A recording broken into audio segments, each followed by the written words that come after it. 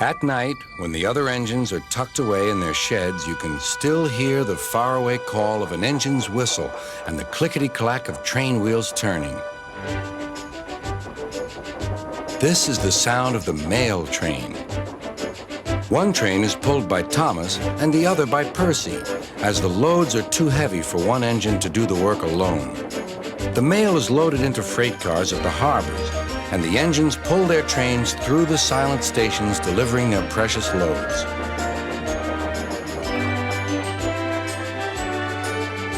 On a clear night, a big shiny moon brightens their journey, but often Thomas and Percy can't even see the stars. But whatever the weather, lamps along the track always light their way.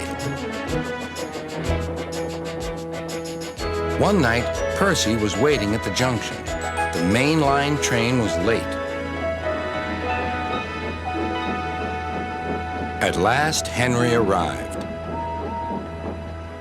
"Sorry," he puffed. "The mail boat from the mainland was delayed." "Come on, Percy," said his driver. "Let's make up for lost time." Percy puffed along as quickly as he could, but the sun was already rising as he finished his work. Never mind, thought Percy. It's nice to be up and about when it's the start of a new day and there's no one else around. Percy was not alone for long. "Bother," said Percy.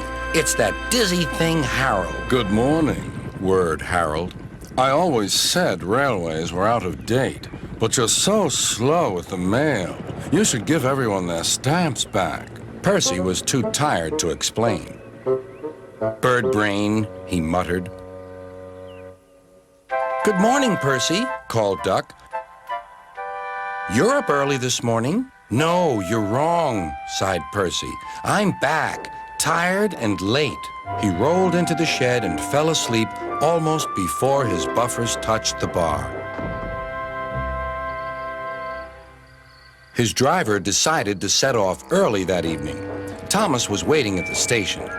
"Thank goodness I have a chance to speak to you. Driver says that the person in charge of the mail has complained to Sir Topham Hatt about the delay last night." "But that wasn't my fault," replied Percy. "I know," said Thomas, "and so does Sir Topham Hatt. But this mail person wouldn't listen.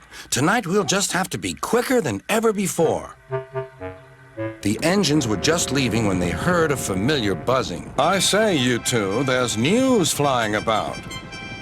"Where?" puffed Percy crossly.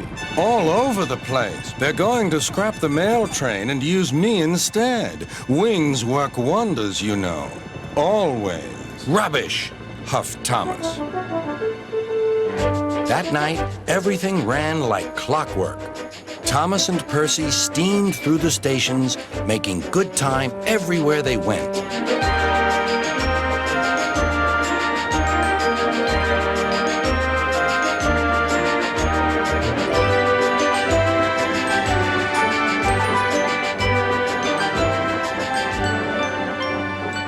At a station, Thomas noticed a man looking cold and worried. He had missed his train home.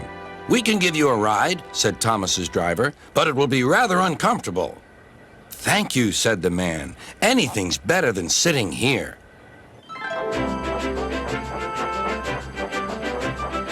The next afternoon, Percy passed the airfield and saw Harold. "Hello, Lazy Wings. Are you too tired to fly today?" "The wind's too strong," grumbled Harold. "I've been grounded." "You need rails," laughed Percy. "They work wonders, you know. Always."